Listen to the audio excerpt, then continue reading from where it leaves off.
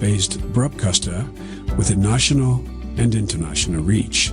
Experience the difference with Luntha Television, where innovation meets experience. Our dedicated team, backed by cutting-edge technology, ensures seamless execution and unparalleled results. Luntha guarantees credibility and professionalism in all its endeavors and services. We offer, among this, production and broadcasting of jingles, music videos, narratives, documentaries, press services and programs on location or outside, live broadcasting of mass and other church functions, government or indoor functions, and political rallies, creation and broadcasting of special programs, sponsored content, sports and entertainment, and advertising for small, medium and large enterprises. All services are offered at competitive prices. Tune in daily to catch Luntha Television on Zuko on Channel 51, Starsat Channel 474, Star Times Channel 474, Topstar 474,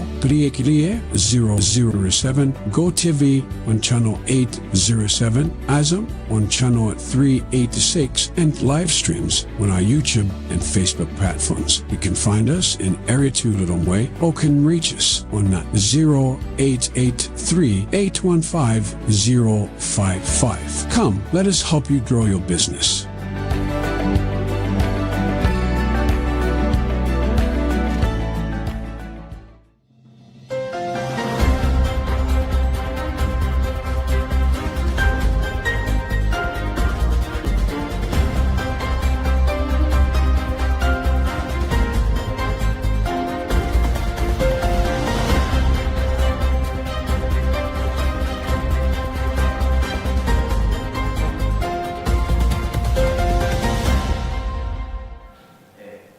We bring you our news bulletin today, Tuesday, the 2nd of July, 2024. My name is Bernard Mansa. Our top stories. College of Cardinals approve canonization of 15 people. Malawians welcome the fallen music icon Sir Soja Lucius Banda. Department of Disaster Management Affairs, DODMA, pledges response to the effects of El Nino. In other news, Mauritania re-elects President Garzauni for a second term.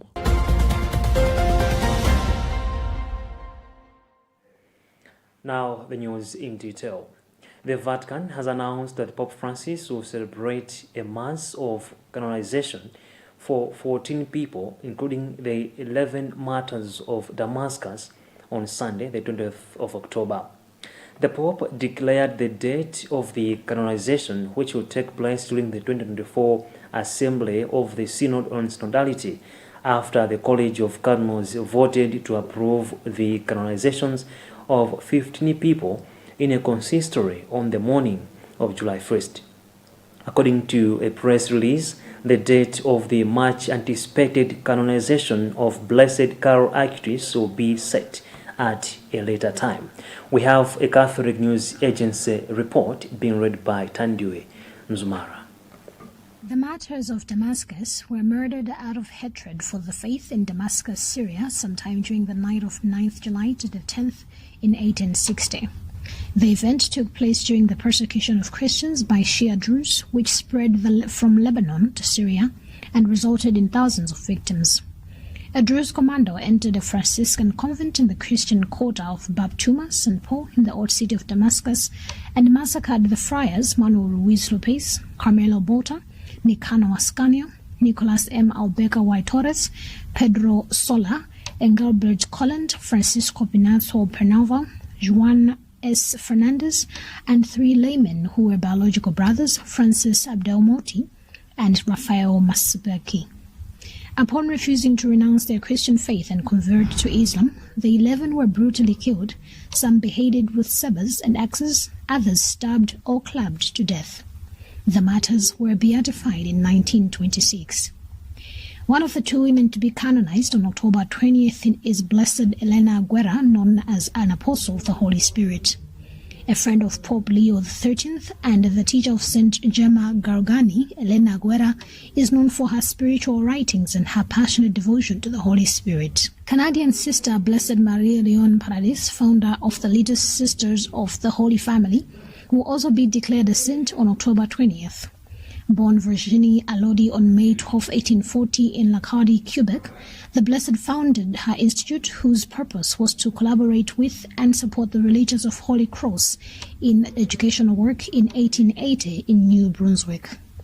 Italian Blessed Giuseppe Alamano, who will also be canonized on 20th October, founded two religious congregations, the Consolata Missionaries for Men and the Consolata Missionary Sisters for Women.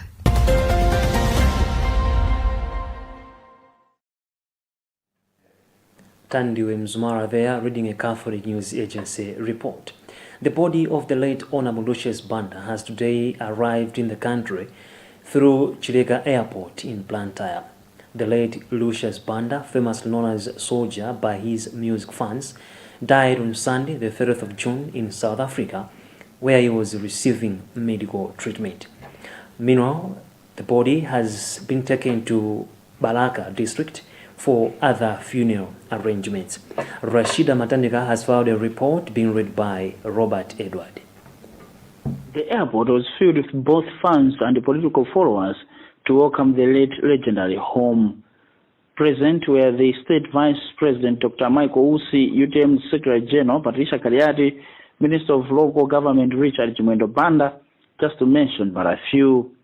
Speaking at the welcome ceremony, a family representative, SLP, made a call to the government to at least honor the late Lucius Banda, as he has been influential in his endeavors through music, among other things. Piri also extended his appreciation to the Malawi government through the state president, Dr. Lazarus Chakwera, for supporting the fallen soldier throughout his stay in South Africa and supporting his treatment. Also present were different musicians, some of whom were supported by Banda in their music career and growth. Mlaka Mario, who was friend and also worked with Lucius Banda from 1999, described Soldier Lucius Banda for his kindness and supportive spirit, as he also benefited from him in modifying his Zanjaralemba album. Until his death, Banda was a member of the UTM party and a vibing musician. He survived by a wife and 3 children, Johnny, Laura, and Mapiri.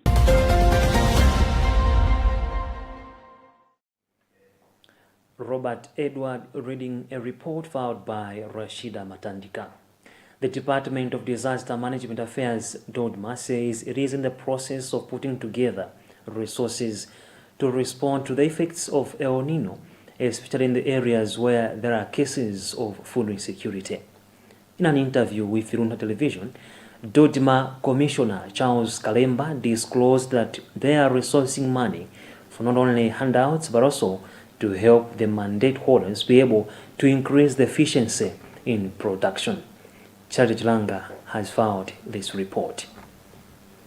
Kalemba bemoaned some more practices like leaders registering people who have the capability as one of the challenges that affect the response program.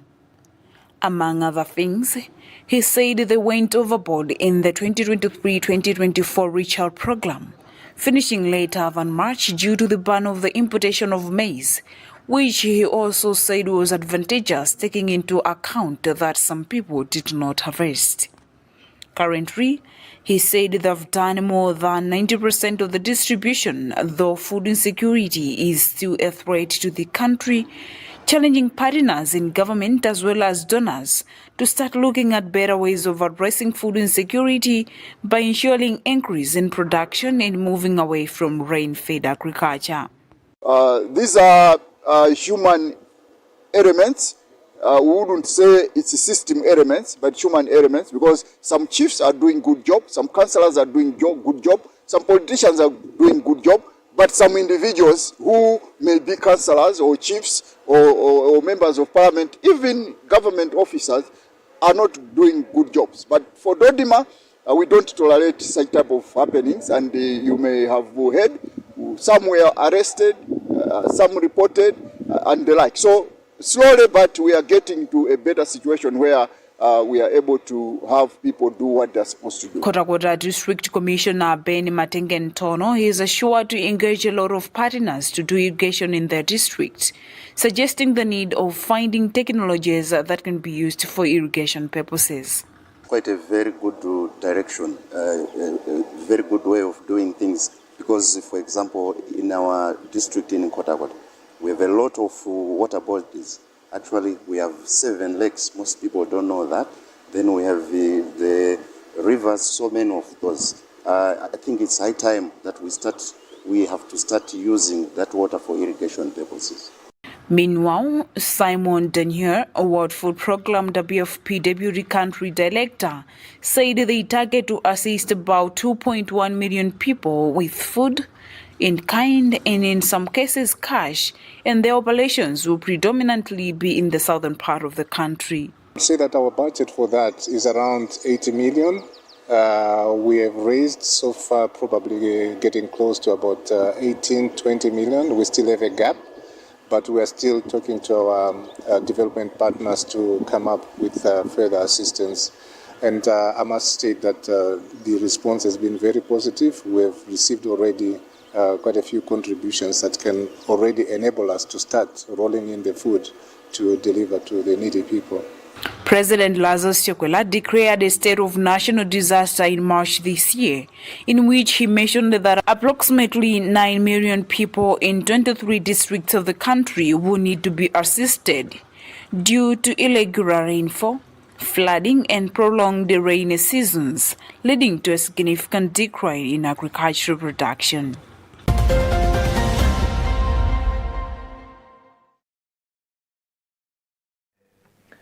The Malawi National Examinations Board (MANEP) has today started administering the Malawi School Certificate of Education (MACE) examinations across the country.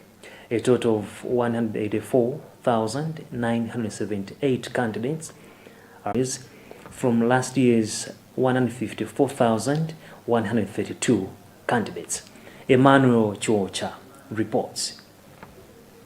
A visit by Luntha television to Maria Goretti Cluster Center in Lilongwe confirmed that all was set for the exams to begin. Supervisor Sister Sureta Kumdura says the exams started well with a conducive environment and students arriving on time. It was very good. The environment was good and everything was prepared on time. On time the students came, so we have no problem in the starting the examinations. So St. Maria Goretti we have 68 students and externals we have 31 students. But today they have three people were absent for the examination. Students at Maria Goretti Secondary School and Prince Moore Private School urged their fellow candidates to prepare well and avoid cheating, which is an offense. One of the students, Brenda Chitete, says cheating is an offense, so let's avoid it, says Brenda Chitete, a student at Maria Goretti Secondary School. The MSE examination will run from July 2 to July 26, 2024. MANEP reminds candidates to adhere to all rules and regulations throughout the exam period. For Luntha News, this is Emmanuel Chuocha.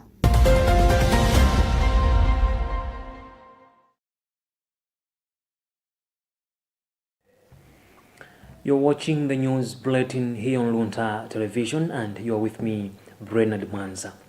Now, a reminder of our top stories before we proceed. College of Cardinals approve canonization of 15 people. Malawians welcome the foreign music icon Sir Soja Lucius Banda. Department of Disaster Management Affairs, DODMA, pledges response to the effects of El Nino. In other news, Mauritania re-elects President Garzauni for a second term.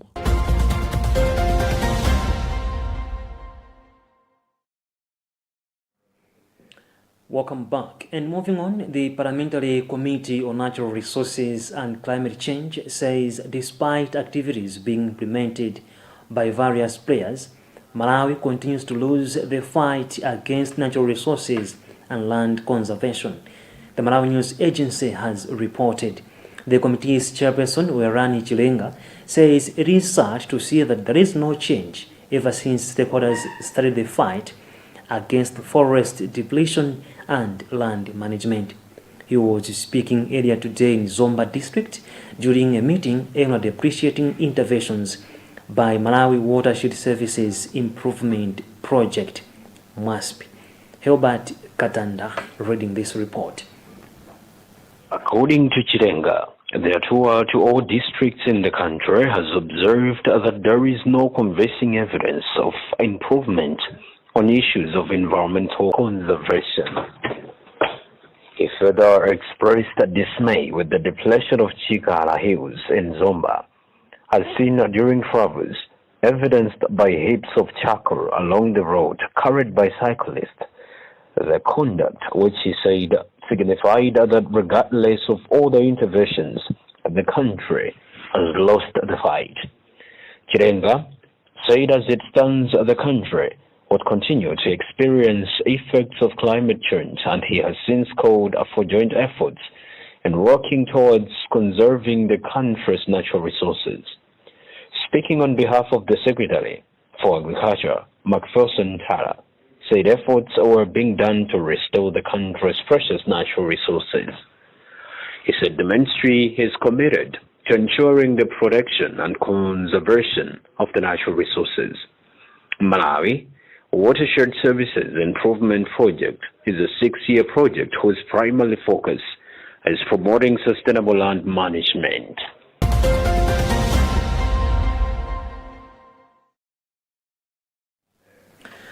The Competition and Fair Trading Commission, CFTC, says the new Competition and Fair Trading Act of 2024 has come into force effective 1st July 2024 following its gazette. The Commission's Chief Executive Officer, Lloyd Vincent Nkoma, told reporters in Rongo on Monday that the Act will protect consumers and ensure competition in trade affairs. Robert Edward is reading this report, which has been filed by Faris Chizombe. The 2024 Competitions and Fair Trading Act, among others, expands provisions related to anti-competitive business practices and broadens the definition of customer to include vulnerable groups such as consumers of technology, digital products, and beneficiaries. The Act also introduces new provisions to protect consumers from unfair trading practices, including failure to provide warranties, improper labeling, and excessive pricing. The instrument further addresses abuse of buyer power, prohibiting dominant buyers from engaging in anti-competitive and exploitative conduct. It has been empowered to impose fines on errant enterprises, issues orders for refunds, cancellation of unfair contracts, and withdrawal of false advertisements.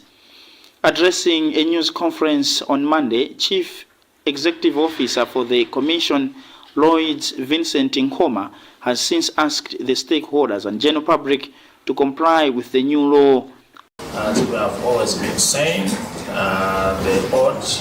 the law which we had so many gaps, which made the enforcement at times difficult. So the coming in of the new law has actually cleared the hurdles which we had. The new law replaces the repealed 1998 Act and was gazetted by Trade and Ministry Minister Sosten Gwengwe in April this year.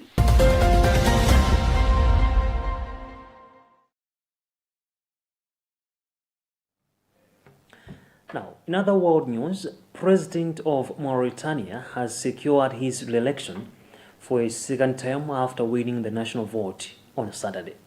He emerged victorious in the first round with a comfortable margin, garnering 56.1% of the total votes. His main opponent and slavery activist Biram Dar Abeid received 22.1% of the votes and has contested the results, alleging fraud. We have the Africa News report read by Tandiwe Mzumara.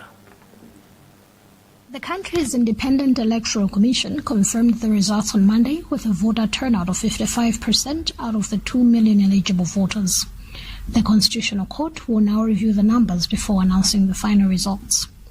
Tawila Ledem, the spokesperson for CENI, the country's Independent Electoral Commission, stated that no detections have been made so far and no complaints have been received.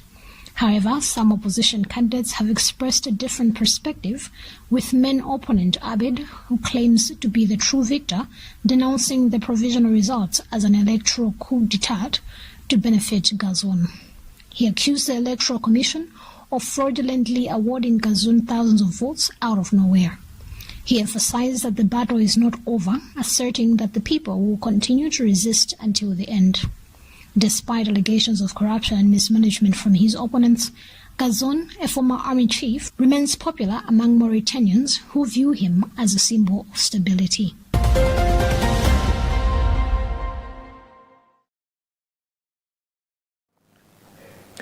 Well, that also concludes this edition of the news bulletin here on Luntha Television. As you go, a reminder of our top stories.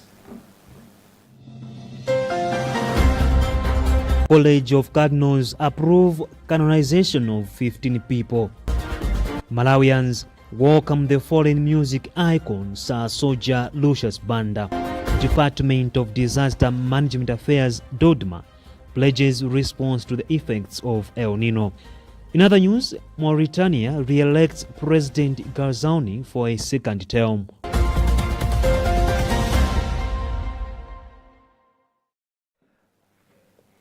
My name is Bernard Mwanza. Thank you so much for being there, and continue watching the rest of our programs. And as Luntha Television, we'll keep you updated on what is happening in Balaka, where the body of the late Sir Soja Lucius Banda has been taken to for other funeral arrangements.